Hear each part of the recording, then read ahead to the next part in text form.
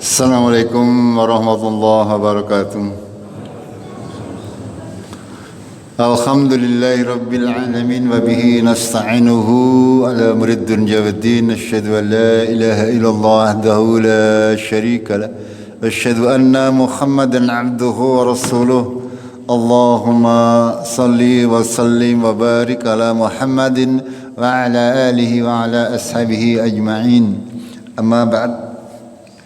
قال الله تعالى في كتابه الكريم أعوذ بالله من الشيطان الرجيم يا أيها الذين آمنوا اتقوا الله وقولوا قولا سديدا يصلح لكم أعمالكم ويغفر لكم ذنوبكم ومن يطع الله ورسوله فقد فاز فوزا عظيما.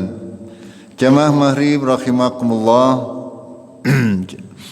Kita masih akan melanjutkan kajian kita tentang kisah Nabi Adam dan Hawa. Pada kajian yang sebelumnya telah kami sampaikan beberapa hadis-hadis tentang penciptaan Nabi Adam. Pada hari ini kita akan membahas terkait kisah dua anak Nabi Adam, yaitu Qabil dan Habil. Tapi sebelumnya ada beberapa hadis yang panjang sehingga saya tidak sempat menulisnya. Saya sampaikan untuk lebih memahami hakikat asal usul manusia, karena memang Allah sudah menjelaskan kepada kita semuanya tentang asal usul kita dan asal usul semesta alam maksudnya, sehingga kita bisa memiliki akidah yang kuat terkait dari mana kita berasal dan bagaimana semestinya kita bertindak di dalam kehidupan sehari-hari agar selamat di dunia wal akhirah. Kalau kita tidak menyadari hakikat kita sebagai manusia, maka kita akan sangat mudah untuk lupa siapa sebenarnya kita, apa tugas kita di dunia, sehingga kita merasa tidak memiliki kewajiban-kewajiban untuk menjalankan ibadah kepada Allah. Kemarin sudah kami sampaikan beberapa hadis. Ada sebuah hadis yang panjang dari Abu Hurairah radhiyallahu anhu. Beliau pernah bersabda, saya bacakan terjemahannya saja.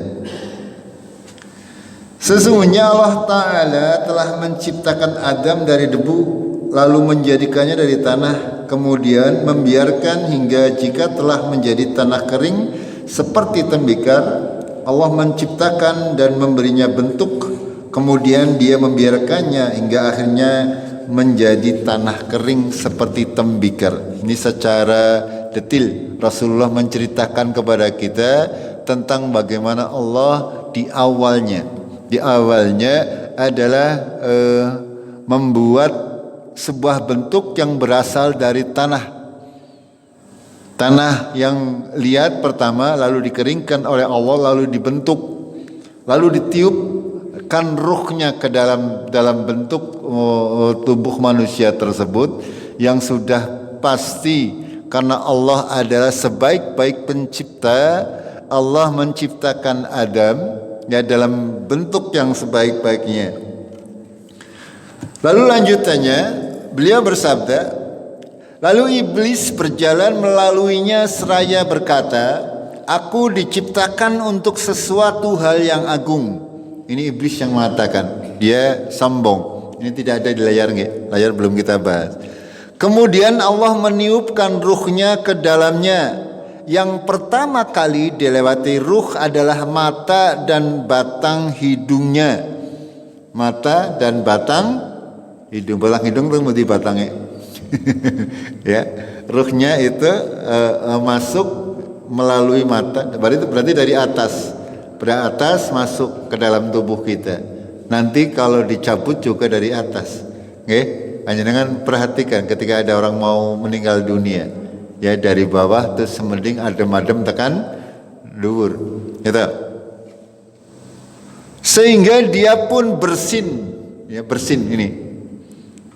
dan mengucapkan alhamdulillah. Nabi Adam ketika pertama kali diciptakan oleh Allah tabaraka wa taala, kemarin kami sampaikan, kita sudah membicarakan bahwasanya Nabi Adam diciptakan tingginya kira-kira 30 meter. Itu. Ketika sudah sempurna, lalu Allah meniupkan, dimasukkannya ke dalam jasad tersebut ruh dari mulai kepalanya, dari matanya lalu sampai hidungnya. Ketika hidungnya tersentuh oleh ruh tersebut, maka dia bersin ke bahasa Jawanya apa? Wain ya. Lalu dia mengucapkan alhamdulillah, ya, segala puji bagi Allah. Lalu Allah membalas alhamdulillah tersebut dengan yarhamukallah. Itu. Ini yang menjadi sunnah kita. Sunnah kita ketika kita bersin adalah kita mengucapkan alhamdulillah, dan yang mendengarnya adalah mengucapkan yarhamukallah. Ini adalah sunnatullah, ya, yang sudah diajarkan dari mulai Nabi Adam. Ya, orang-orang zaman dahulu semuanya mengenal itu semua. Ketika bersin mengucapkan alhamdulillah, dan yang mendengarnya mengucapkan yarhamukallah. Ini adalah sesuatu yang dari awal. Kemarin di hadis yang lain disampaikan bahwasanya ketika Nabi Adam sudah diciptakan, beliau diperintah untuk apa? Mengucapkan salam kepada malaikat. Assalamualaikum. Lalu para malaikat menjawab waalaikumsalam warahmatullah, dan dalam riwayat lain ditambah wabarakatuh. Itu hal-hal yang diajarkan oleh bapak kita, oleh moyang kita, yaitu ucapan salam dan ucapan ketika ketika apa? Bersin ya, gitu. Ya, kita lanjutkan. Selanjutnya dia mengatakan, hai Adam, pergilah kepada orang-orang itu dan katakan kepada mereka. Perhatikan apa yang mereka katakan. Ini hampir sama dengan yang diucapkan, yang kita sampaikan kemarin.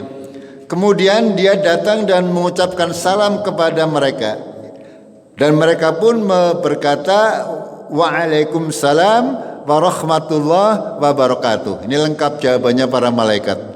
Dan ini juga menjadi sunnah kita semuanya. Ketika kita diberi salam, penghormatan, itu kita wajib untuk membalasnya minimal setara, ya, agar bisa lebih baik. Ini adalah adab dalam kita bergaul di dalam masyarakat sesuai ketentuan syariat. Ketika kita diberi penghormatan, kita minimal membalas sesuai setara dengan penghormatan tersebut. Jangan sampai kurang, agar bisa malah lebih. Ada orang mengucapkan assalamualaikum, kita boleh minimal menjawab waalaikumsalam. Ajakur assalamualaikum salam, kan kurang. Gini betul? Ya, harusnya waalaikumsalam. Syukur baga ditambahi waalaikumsalam warahmatullahi wabarakatuh. Apalagi kalau yang mengucapkan salam lengkap, assalamualaikum warahmatullahi wabarakatuh, panjenengan juga semestinya menjawab dengan lengkap. Begitu juga di dalam kehidupan bermasyarakat. Panjenengan ketika diberi hadiah oleh orang lain, angger mampu, ya berikan hadiah yang setara atau yang lebih baik. Itu. Ketika panjenengan diberi penghormatan seperti itu, penghormatan itu banyak macamnya. Senyum saja sudah merupakan penghormatan. Panjenengan ketemu dengan saudara di rantauan, ya ketemu dok, senyum saja sudah kehormatan. Berarti panjenengan harus membalas dengan senyum. Itu.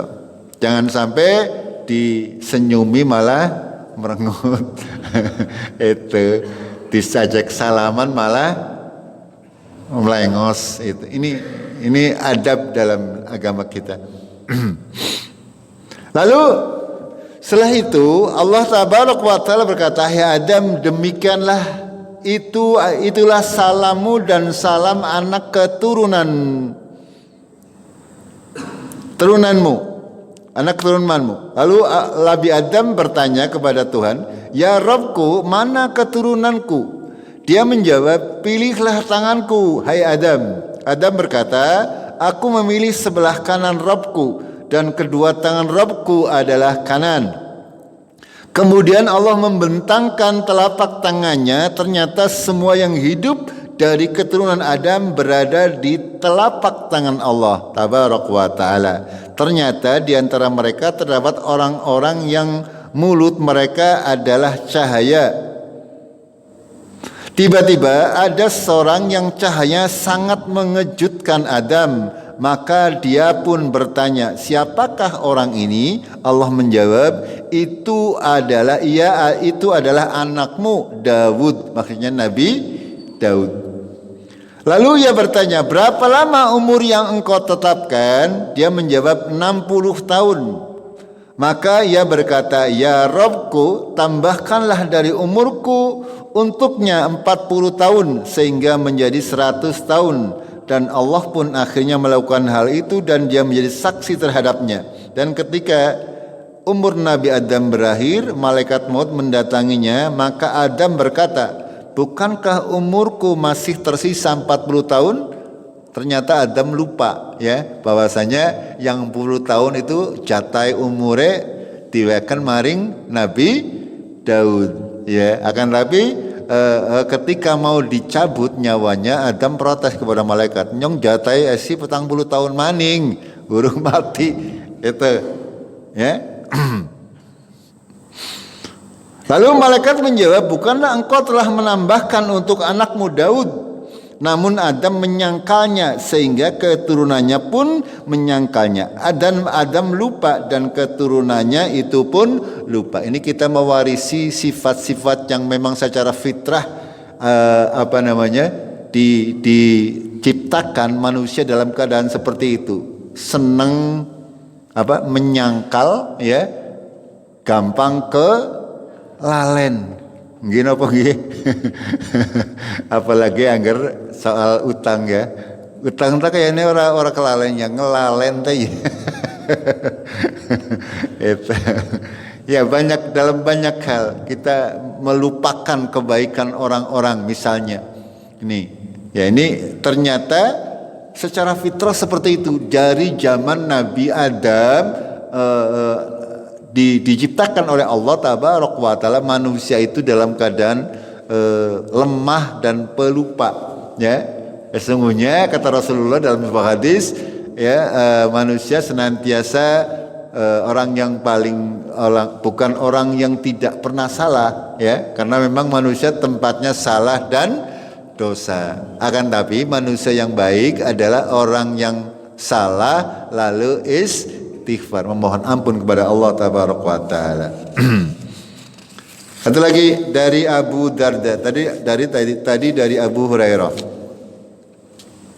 Allah menciptakan Adam dan ketika menciptakannya dia memukul bahu kanannya, lalu dia mengeluarkan anak keturunan yang berwarna putih seakan-akan mereka itu mutiara. Dan dia juga memukul bahu kirinya, maka keluarlah darinya anak keturunan yang berwarna hitam seakan-akan mereka itu abu. Kepada anak keturunan yang sebelah kanan dia berfirman, "Masuklah ke surga dan aku tidak pedulikan." Dan kepada yang sebelah kiri dia berfirman, "Masuklah kalian ke neraka dan aku tidak pernah akan peduli." Artinya apa? Bahwasanya ini bukan berarti makhluk sudah diciptakan di awal, akan tapi yang dimaksud di sini adalah ruhnya sudah diciptakan oleh Allah terlebih dahulu. Kita sebelum kita lahir ke dunia, ruh kita sudah ada di alam ruh ya, sudah diciptakan. Dari mulai Allah menciptakan Nabi Adam, begitu juga seluruh keturunan Nabi Adam, dari mulai anak yang pertama sampai nanti manusia terakhir, rohnya sudah diciptakan oleh Allah, dipersiapkan. Itu maksudnya. Paham gak? Itu bukan berarti di langit sana sudah keluar wujud manusia, bukan seperti itu maksud daripada hadis yang mulia ini. Sehingga semua yang diciptakan oleh anak keturunan Adam sudah ditentukan nasibnya, siapa yang mau jadi penghuni neraka maupun siapa yang mau jadi penghuni surga. Ya, ketika mendengar hadis ini ada beberapa sahabat yang bertanya, kalau begitu ngapain saya sholat? Kalau sudah ditentukan menjadi penghuni surga ya orang sholat kena, misalkan seperti itu. Tidak seperti itu. Maknanya ketika Allah menentukan makhluk itu sebagai penghuni surga, maka akan dimudahkan jalannya untuk menuju jalannya orang-orang yang pantas menjadi penghuni surga. Itu. Ketika panjenengan ditakdirkan menjadi penghuni surga, maka akan dimudahkan. Salat dimudahkan, salat subuh dimudahkan, ya salat duhur, asar dan seterusnya semuanya dimudahkan oleh Allah. Dijadikan panjenengan mampu untuk melaksanakannya. Itu. Dan kita harus menjaganya. Ketika seorang ditentukan menjadi penghuni neraka, maka akan sangat berat, tidak mampu untuk melaksanakan kewajiban. Walaupun dia mungkin sangat ingin akan, tapi karena hatinya memang kotor, ya, maka dia tidak mampu untuk menjemput hidayah yang datang. Gitu. Jamaah rahimakumullah. Itulah beberapa hadis, yang masih banyak sebenarnya, ya kan, tapi kalau saya bacakan terlalu panjang. Pada hakikatnya Allah tabaraka wa taala menciptakan Adam dan menciptakan semua keturunannya. Di antara keturunan Nabi Adam itu memang ada orang-orang atau makhluk-makhluk Allah dari keturunan Nabi Adam yang dipilih oleh Allah, dipersiapkan oleh Allah untuk menjadi nabi dan rasul. Ini tidak sembarang orang, tidak semuanya, akan tapi memang sudah dipersiapkan oleh Allah. Maka ketika siapa yang ditentukan oleh Allah menjadi penghuni surga, maka dia orang termasuk yang beruntung. Nah, kita alhamdulillah, ya, termasuk di antara orang-orang yang diberi hidayah oleh Allah, dimudahkan oleh Allah untuk menjalankan syariat agama Islam. Mudah-mudahan ya kita bisa istiqomah sampai akhir. Ya, kita berdoa kepada Allah tabaraka wa taala. Itu ya terkait penciptaan Nabi Adam. Kemarin juga sudah kita sampaikan terkait dengan penciptaan Hawa. Setelah Adam dan Hawa turun ke dunia, ya, turun ke dunia dalam keadaan yang tidak bersatu, ya. Lalu ketika bertemu dan antara suami istri, otomatis Adam dan Hawa nanti mempunyai keturunan. Diriwayatkan dari para sahabat, ya, bahwasanya Nabi Adam itu Hawa, istrinya Nabi Adam, setiap melahirkan itu kembar, laki-laki dan perempuan. Ya, anak pertama laki-laki dan perempuan, terus lahir lagi yang kedua, begitu juga laki-laki dan perempuan. Ya, syariat pernikahan kan sudah dimulai. Secara fitrah manusia memang diciptakan berpasang-pasangan. Dari awal saja Nabi Adam diciptakan, lalu Hawa diciptakan untuk menjadi pasangannya, litaskunu ilayya. Kata Allah tabaraka wa taala, ya, agar supaya hati Adam itu senang, condong kepada istrinya. Begitulah fitrah manusia. Kita suka nyaman dengan pasangan hidup kita. Dan syariat pada waktu itu, setiap anak Adam itu boleh menikah dengan adiknya, tapi di crossing, ya, kan laki dan perempuan, anak pertama laki dan perempuan, Nomor 1 laki, nomor 2 perempuan, nomor 3 laki, nomor 4 perempuan. Misalnya seperti itu. Ya, boleh nikahnya bagaimana? Ya 1 dengan 3, 2 dengan 4 begitu. Tidak boleh dengan saudara sekandung. Ini aturannya seperti itu. Ya, ini kita masuk kepada kisah anak Adam ini. Namanya Qabil dan Habil. Ya, Qabil, Habil, Qabil ini kan tadi syariatnya adalah harus menikah dengan saudara sekandungnya Habil, dan Habil harus menikah dengan saudara saudara kembarnya Qabil. Itu aturannya seperti itu. Akan tetapi ya, Qabil tidak mau pengine nikah dengan saudara kembarnya itu. Intinya seperti itu, ya. Ini Qabil dan Qabil, misalnya Qabil lahir, dia punya saudara kembar perempuan. Ya, lalu Habil juga lahir mempunyai saudara kembar perempuan. Dan aturan pernikahannya, Qabil harusnya menikah dengan kembarannya Habil. Itu. Sementara Habil menikah dengan kembarannya Qabil. Akan tetapi Qabil nggak mau. Ya, nggak mau. Ya, alasannya sudah barang tentu ya karena hawa nafsu. Ya mungkin lebih cantik atau lebih baik ya. Akan tapi aturan tetap aturan, tidak boleh dilanggar. Ya, kalau aturan itu harus sesuai dengan ketentuan Allah dan Rasulnya. Ya, tidak boleh aturan itu kok manipulasi oleh kita. Ya, ini yang terjadi. Manusia itu pintar untuk memanipulasi aturan-aturan yang ada, apalagi aturan di dunia. Itu kalau urusan agama, aturan-aturannya harus jelas. Tidak boleh kita memodifikasi aturan agama yang sudah jelas. Kalau Allah dan Rasulnya mengatakan A, ya kita ikuti. Tidak boleh kita akal-akali. Itu. Ini yang terjadi pada kisah Qabil dan Habil. Kita bacakan dalam Al-Quran, disebutkan dalam surat Al-Maidah ayat 4 ayat 27 sampai dengan 31. Allah berfirman, A'udzubillahi minasyaitonirrajim, "Watlu 'alaihim naba abna Adam bil haqq." Ya. Watlu, ceritakanlah kepada mereka naba abna Adam, cerita tentang kisah anak-anak Nabi Adam dengan benar.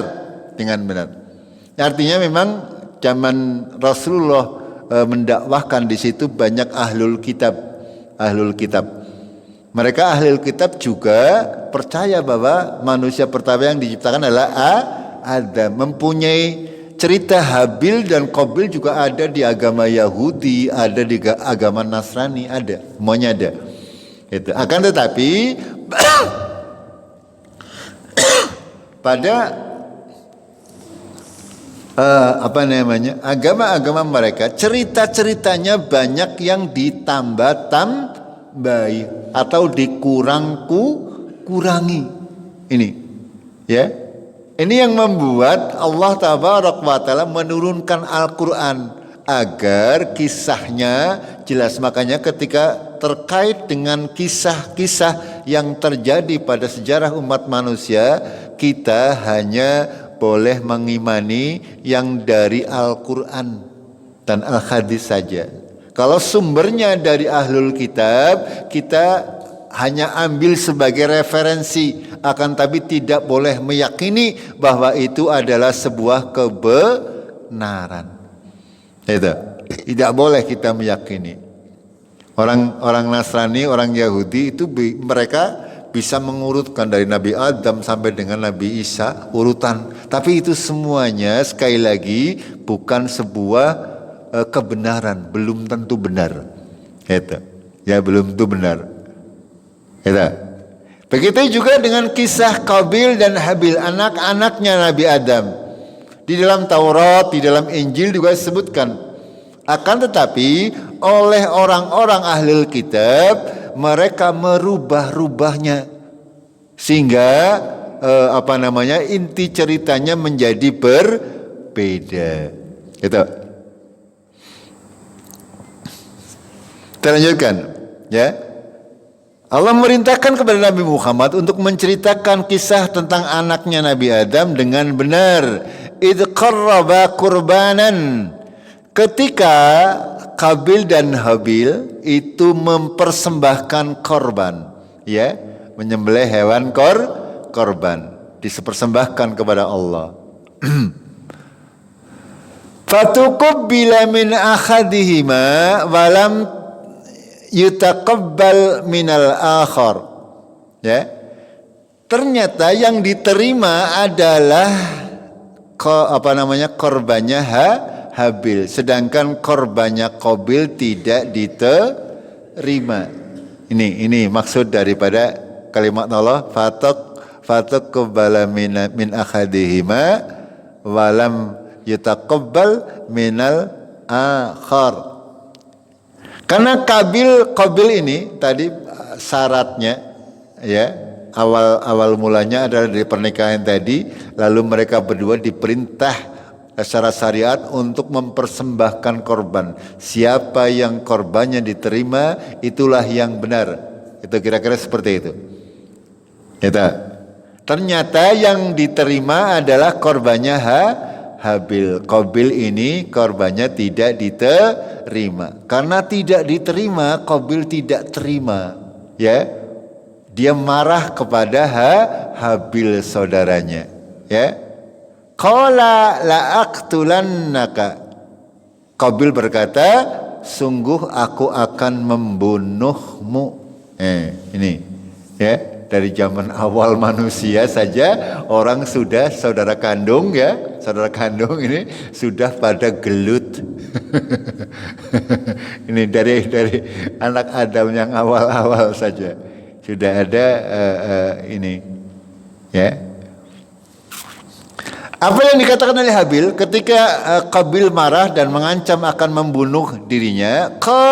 Habil berkata, innama yataqabbalullahu minal muttaqin. Sesungguhnya Allah hanya menerima korbannya orang-orang yang bertakwa. Kalau orang-orang bertakwa, korbannya diterima. Seperti yang kita lakukan hari ini. Barang siapa yang korbannya dengan dasar ketakwaan hatinya, maka insya Allah akan diterima oleh Allah Tabaraka wa Ta'ala. Tapi kalau korbannya bukan karena ketakwaan kepada Allah, maka tidak akan diterima. Gitu. Intinya secara mudahnya, tergantung seberapa keikhlasan kita di dalam menjalankan seluruh rangkaian ibadah korban kita. Ini, ya. Habil menjelaskan kepada Qabil, ya, sesungguhnya Allah hanya menerima korban dari orang-orang yang berkata, lain basatta ilayya yadaka, jika kamu hendak membunuhku, jika kamu hendak memukul dengan tanganmu untuk membunuhku, kata Habil, ma ana bibasitin yadayya ilaika liaqtulak, ya.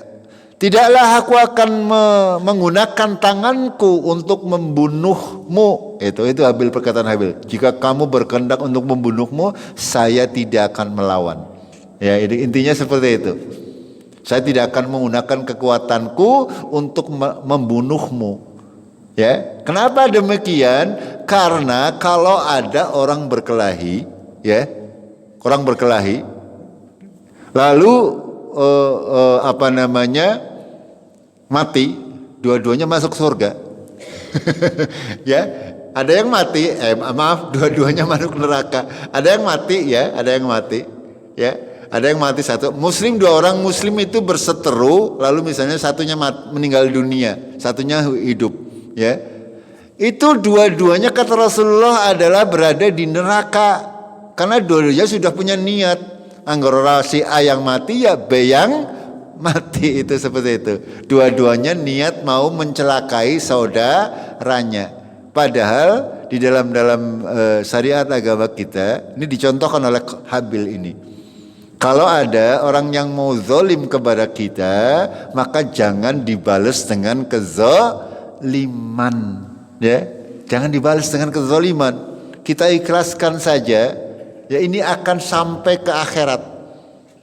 Ya, akan sampai ke alam akhirat. Kalau ada orang yang zalim kepada kita, maka kalau panjenengan mampu ya untuk mengalah itu adalah lebih baik. Itu. Ya, dalam hal-hal tertentu tentunya. Ya, tapi kalau dengan orang sesama kamu, kalau dengan orang kafir jangan sampai mengalah.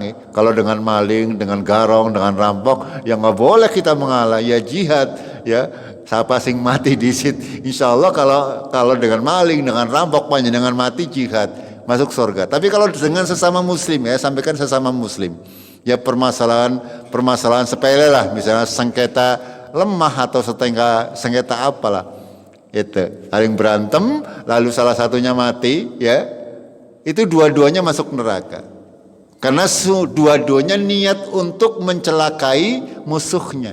Gimana betul? Ini maksud daripada perkataan Habil. Kalau kamu hendak membunuhku, saya tidak akan melawan. Silakan bunuh saya. Ya. Inni akhafullah. Sesungguhnya aku takut kepada Allah, kata Habil. Rabbul alamin. Ya Tuhan semesta alam. Ini uridu an tabu'a bi ismi wa ismika. Aku menghendaki jika kamu akan kembali kepada Allah dengan dosaku dan dosamu. Itu. Kalau Habilnya melawan, itu dua-duanya berdosa. Akan tapi kalau Habilnya tidak melawan, maka dosanya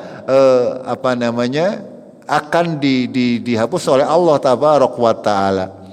Dan dosanya semuanya ditanggung oleh Qabil. Itu. Fatakuna min ashabin nar, dan engkau kelak akan menjadi penghuni neraka. Wadzalika jazaa'udz zalimin, dan demikianlah balasan orang-orang yang zalim. Lalu apa yang terjadi selanjutnya? Fatawwa'at lahu nafsuhu qatla akhihi. Ya, nafsunya si Qabil ini sudah menguasai sehingga dia sudah terlanjur emosi, sehingga dia tega untuk membunuh saudaranya, adiknya, yaitu si Habil. Faqatalahu fa asbaha minal khasirin. Lalu dia membunuhnya, Qabil membunuh Habil, dan dia menjadi orang-orang yang rugi, ya, di dunia dan di akhirat. Lalu apa yang terjadi berikutnya di dalam riwayat As-Sar, riwayat para ulama, bahwasanya si Qabil ini bingung bagaimana caranya mengurusi orang yang mati, kan belum pernah dicontohkan.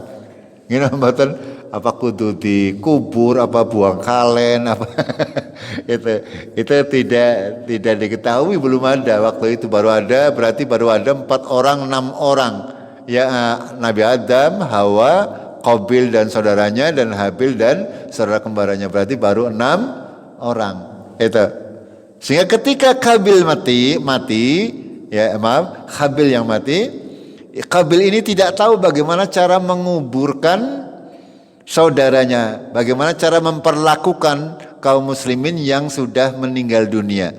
Lalu apa berikutnya? Allah menjelaskan, faba'asallahu ghuraban. Lalu Allah mengirimkan ghuraban. Ghuraban itu sejenis burung elang, burung gagak yang suka berantem. Itu ada burung elang 2, ya, burung yang suka berantem lah, ya. Burung elang 2 saling berantem, satunya mati. Si elang yang masih hidup koreh-koreh lemah intinya, lalu dikubur, dicabuk-cabuk. Nah, itu dari situlah si Qabil ini mendapat pelajaran dari Allah langsung melalui burung gagak, ya, untuk bagaimana caranya mengubur orang yang sudah mati. Allah menjelaskan di sini. Fa ba'asallahu ghuraban. yabakhasu fil ardi, menggaruk-garuk di tanah, liyuriyahu, agar supaya memperlihatkan kepada si Qabil ini, kaifa yuwari sawata akhihi, bagaimana caranya mengubur jenazah atau jasad saudaranya. Ini Allah mengirimkan burung gagak 2 ekor, lalu dia juga berantem, satunya mati. Akan tapi gagak ini tahu bagaimana cara ngurusi. Ketika satunya mati, lalu dikoreh-koreh, tanahnya digaruk-garuk, ketika lubang lalu dimasukkan ke situ, ditutupi tanah kembali. Itu yang melakukan adalah burung gagak atas perintah sinten? Allah tabaraka wa taala itu. Jadi kalau ada binatang melakukan segala sesuatu kebiasaan, itu semuanya adalah atas wahyu dari Allah tabaraka wa taala. Ya, ada kucing zaman dahulu mesti angger ya, itu mesti garuk-garuk di pasir nggih, dikubur. Kalau sekarang sembarangan. Karena apa? Karena pasirnya, ya, tanahnya nggak ada, semuanya bisa aspal, wis tehel, kan bingung kucingnya. itu Allah yang memberitahu. Itu Allah tabaraka wa taala yang memberitahu. Begini caranya kamu cing kalau mau peol, ya, biar orang mampu. Itu, ya, itu kucing. Ya, berbeda dengan hewan yang dipelihara, karena memang dipelihara, ya. Dipelihara berarti kan semuanya sudah diatur, ya, bagaimana di tempat apa dia membuang kotorannya dan sebagainya. Akan tapi pada hakikatnya semua yang ada di muka bumi ini, seluruh makhluk Allah itu tunduk kepada aturan syariat Allah. Semuanya menjalankan sesuai dengan fungsinya masing-masing. Ya, seekor burung, seekor ikan, semuanya mereka pasti ya mempunyai tujuan untuk bisa hidup. Gitu. Burung misalnya, ketika pagi hari langsung terbang mencari makan, sore-sore balik wis wareg. Itu. Siapa yang memberitahunya? Siapa yang mewahyukan bahwa di sana ada panganan, di sana ada minuman? Itu semuanya dari Allah tabaraka wa taala yang sudah mengatur sedemikian rupa. Begitu juga dengan manusia. Ya, dan manusia adalah makhluk yang paling sempurna.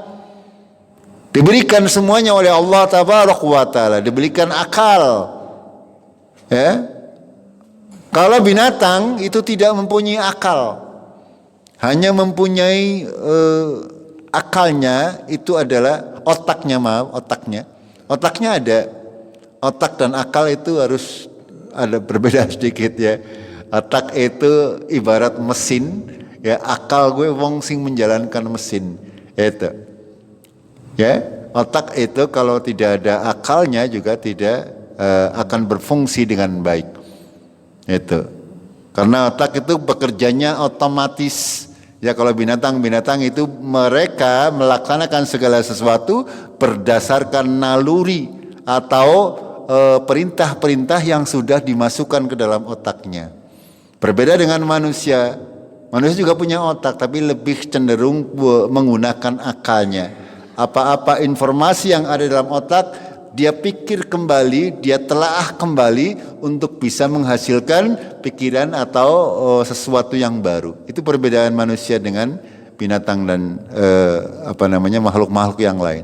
Itu. Lalu apa yang terjadi berikutnya? Qal ya wailata angazaztu an akuna misla hadal ghuraba fa uwariya sawata akhi fa asbaha minan nadhimin. Ya, ini yang berkata adalah Habil. Ketika melihat burung gagak tadi, ya, sudah berantem, lalu diriwayatkan Habil ini menggendong tubuh sang Habil, dibawa kemana-mana. Ya, mau dibuang bagaimana wong saudaranya, nggih, ya, sehingga dia sudah di dunia saja sudah disiksa oleh Allah, diberi ganjaran. Dia harus memanggul tubuh saudaranya, ya, berjalan muter-muter, baru setelah sekian lama baru Allah mengirimkan burung gagak. Ketika melihat hal tersebut, Nabil berkata seperti ini, ya wailata, alangkah celaka aku, angazaztu an aku misla hadal ghurab. Kenapa aku tidak bisa seperti burung gagak ini yang sudah bisa menguburkan jenazah saudara, sehingga aku bisa menguburkan jenazah saudaraku. Fasbaha minan nadiminda, dan dia menjadi orang-orang yang menyesal. Itulah awal mula manusia mati kok dikubur, orang diobong atau dibuang ke laut. Ya, secara fitrah manusia dari zaman dahulu angger mati ya dikubur, itu adalah ketentuan syariat. Ya, akan tapi sekarang kan ada juga yang macam-macam gitu. Mati dilarung, dibakar, ada yang dijorna nang gunung, orang dikubur nganti mambung, nganti batang, tekan batangnya. Ada, ya. Itu semuanya adalah penyimpangan dari syariat Allah Tabaraka wa Taala. Itu. Lalu berikutnya kita masuk kepada akhir daripada pembahasan, yaitu tentang kematian Nabi Adam. Ya, dan wasiat kepada anaknya yaitu Syed. Nah, ini di dalam hadis disebutkan bahwa Syed masuk ke dalam kelompok para nabi, tapi tidak disebutkan di dalam Al-Quran. Ketika Adam kehilangan atau Habil terbunuh, Allah menganugerahkan kepada Adam dan Hawa keturunan, ya, di antaranya adalah itu yang bernama Syed, ya, bernama Syed. Itu. Dan para ulama menjelaskan bahwasanya Adam itu mempunyai 40 anak. Walau alam apakah 40 setiap lahir itu adalah kembar, ya? Kembar apa namanya ya kalau kita lanang wadon? Kembar apa jenenge?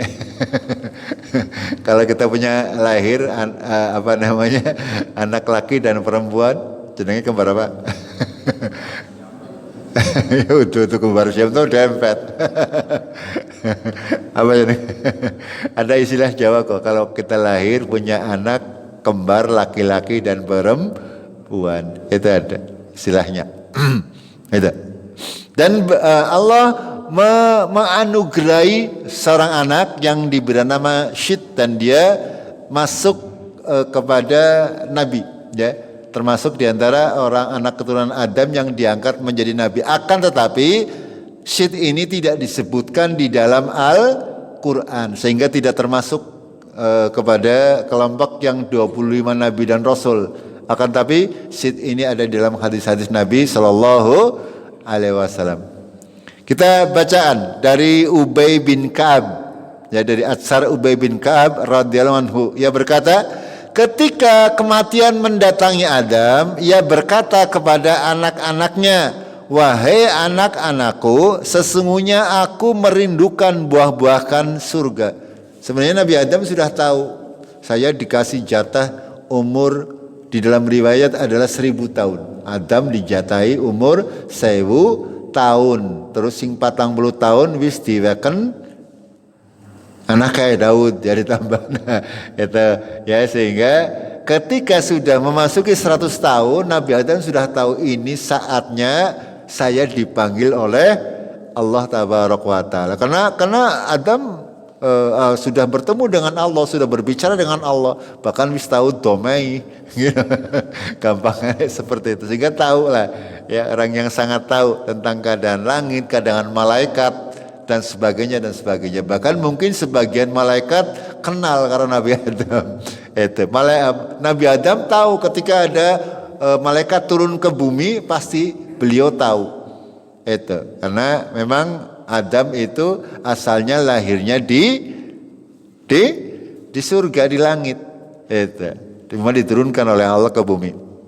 Ya, ketika sampai pada masa mendekati ajalnya, Adam berkata kepada anaknya bahwasanya aku sangat merindukan buah-buahan surga. Itu. Maka mereka pun pergi mencarinya. Anak-anak Adam pada waktu itu, ya karena saking hormatnya, saking cintanya kepada anak-anaknya, kepada bapaknya, maka dia berusaha, ya mau mencari buah-buah sorga. Mencari buah sorga nang dunia langka ya. Yang dibawa ada nggawa bendo, nggawa arit, pengen mencari buah surga sesuai dengan pesanan Bapake. Di tengah jalan mereka bertemu para malaikat yang membawa kain kafan dan wewangian untuk pengafanan serta alat-alat untuk menggali kubur. Para malaikat berkata, "Wahai anak-anak Adam, apa yang kalian cari?" Mereka menjawab, "Ayah kami sakit dan menginginkan buah sorga." Para malaikat berkata, "Kembalilah karena ajal ayah kalian telah tiba." Itu riwayatnya seperti itu. Ya, Nabi Adam sakit ya, lalu mengatakan merindukan buah surga. Anak-anaknya bingung ya. Otomatis mereka membawa bendo, membawa apa ya? Zaman Nabi Adam sudah ada bendo, sudah ada, sudah ada bendo di sana, sudah bisa dibuat.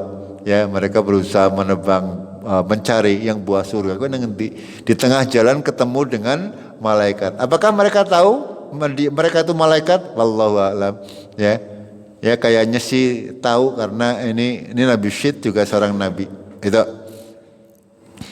Kembalilah karena ya yang berikutnya adalah bahwasanya zaman dahulu kan mungkin belum ada kafannya sehingga wangi-wangian semuanya kafan itu langsung dibawa oleh para malaikat dari sorga. Ini Nabi Adam ini luar biasa, kafannya saja dari sorga langsung karena memang dia manusia utama, manusia pertama. Ya belum ada kayak kita, mungkin belum pakaiannya juga belum banyak seperti kayak kita. Ya, juga alat-alat untuk menggali kubur ini sudah dibawa malaikat. Kemudian para malaikat datang kepada Adam. Ya, setelah mencabut ruhnya, mereka memandikannya, mengafaninya, mensolatinya, menggali kuburnya, lalu menguburkannya. Gitu. Ini ternyata syariat penguburan jenazah yaitu memang dimulai dari awal ya, dari Nabi Adam itu ya. Setelah selesai mereka berkata, "Wahai anak-anak Adam, inilah sunnah atau tata cara kalian terhadap orang yang mati ya, dimandikan, dikafani, diberi wangi-wangian ya, lalu disolati, lalu buri wis rampung ya, ora di apa biasanya ya nggak rampung mati. Doa ya gari di rumah ya, ketika sholat kita berdoa untuk orang-orang yang sudah meninggal dan seterusnya, tidak perlu mengumpulkan orang, mengembani maning biaya maning itu ya, angger duit tanah ya. Itu sangat merepotkan ya. Agama Islam adalah agama yang ringan ya, kalau kita mengikuti tuntunan syariat yang ringan ya, yang ringan. Tidak usah kita beramal yang muluk-muluk, kita laksanakan saja yang wajib, kita laksanakan dengan tumanina, dengan istiqomah. Sunnah-sunnah yang jelas-jelas berasal dari Rasulullah kita laksanakan, insya Allah kita selamat di dunya wal akhirah. Yang tidak ada contohnya nggak ngapa sing anak contohnya be akeh gini mboten. Iya, yang banyak, yang jelas-jelas ada contohnya dari Rasulullah Sallallahu Alaihi Wasallam, itu yang kita kerjakan. Yang tidak ada contohnya nggak ngapa ya, kesel entong na duit orali pahala. Jamaah rahimakumullah, itulah kisah tentang Nabi Adam dan Hawa sampai meninggalnya bapak kita semua, bapak moyang kita, dan kita mewarisi seluruh apa-apa yang dibawa oleh Adam, baik dari sifat-sifatnya, terus tata cara dalam kehidupan kita sehari-hari, itu kita mengikuti Adam dan Hawa secara umum. Itu. Dan sudah barang tentu dari Nabi Adam nanti akan berlalu generasi sampai hari ini, sudah barang tentu akan terjadi penyimpangan, dan inilah senantiasa Allah akan mengutus para nabi dan rasul untuk mengembalikan umat manusia kepada fitrahnya. Ya, walaupun Kabil dan Habil tadi mereka adalah orang Islam ya. Ya mereka menjalankan sholat mereka akan tapi mereka berdosa. Akan tetapi selama kurun waktu di awal ya belum ada wong sing nyembah berhala, wong sing maring dukun urung ana. Ya, mereka semuanya masih akidahnya kuat. Ya, akan tapi semakin lama semakin semakin banyak orang ya sehingga makin bercampur aduk kepercayaan sehingga timbullah ada orang yang percaya Tuhannya dibuat patung dan sebagainya. Itu semuanya nanti insyaallah kita bahas di ketika kita membahas nabi-nabi selanjutnya ya, insyaallah kita lanjutkan di kajian yang akan datang.